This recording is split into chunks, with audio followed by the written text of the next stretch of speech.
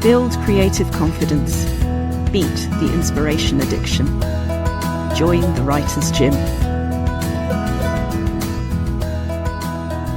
Do you know what I will never understand about creative writing courses is why point of view isn't the first thing anybody tells you about. People would understand the human condition so much better and therefore write it more truly if we first acknowledged how subjective we are. When I describe the Snoopy lamp behind me, it's going to sound completely different to when my partner describes the Snoopy lamp behind me.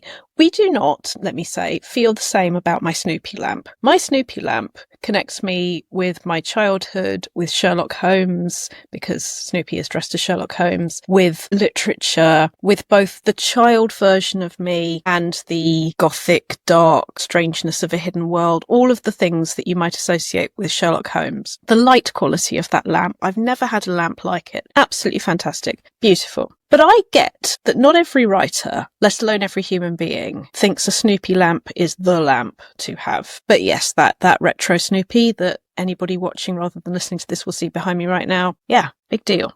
Big deal to me. So I'm going to talk to you about another object, and then I'm going to make this relevant to creative writing. When I was quite young, my mum and I were given a Kiddush cup, and anybody who's seen a Jewish cup for Kiddush for Friday nights for the Sabbath will probably be thinking of something quite plain and silver, maybe with a few words on it, but broadly not elaborate. This cup was red and silver glass. Oh no, red and gold glass, and there were drawings of various scenes on it. And I think I was about 7, and I just thought it was absolutely sparkly and beautiful. And my mum thought it was vulgar and hideous, didn't say so. But it was the same cup. It's physically the same cup. But if you were in my character's head describing that Kiddush cup or that Snoopy lamp, then the experience the reader would get would be very different to being in my mum's head with her impressions of what a Kiddush cup was and what this thing was, and my partner's impression of whether a lamp needs a Snoopy on it or not. But it's the same object. So this I think is important for 2 reasons. One is it makes writing character much more honest and much more easy because we have opinions in our heads, and for us they are facts. For me, that Snoopy lamp is beautiful, and it is elegant, and it is gothic while also childlike, and to Mark it's hideous, and that's okay.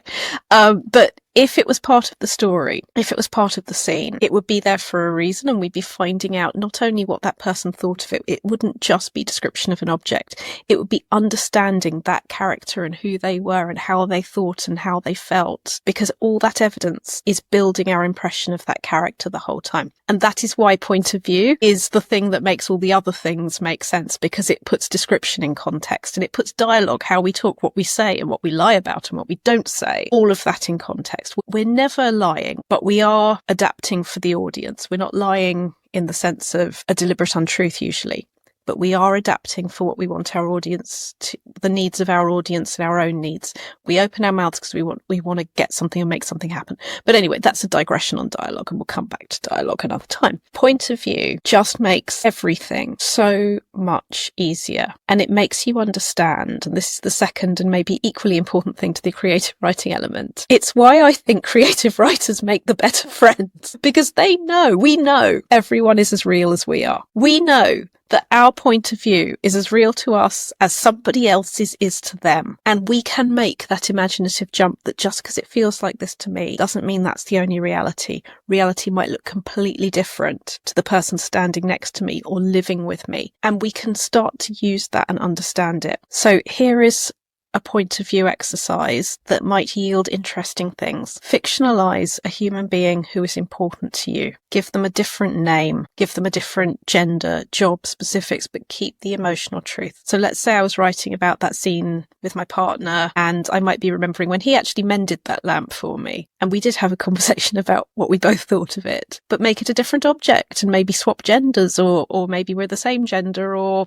whatever I want to do, and keep the emotional truth of it. but change loads of literal truths, and see what you find, see how you explore that. And maybe the head you're in that conversation could be the other person's head. So maybe I'm a character based on my partner mending that lamp, while my new partner, as I was then, because it was quite a long time ago now, is in that scene too. And how do I see that person differently? And I come out of that scene myself more clearly through the fictionalization. Enjoy it. Enjoy being you, and enjoy being someone else, and enjoy that there are no wrong answers. As with everything in your first draft, do your thinking on the page. Think on the page. Think on the page. Say the thing.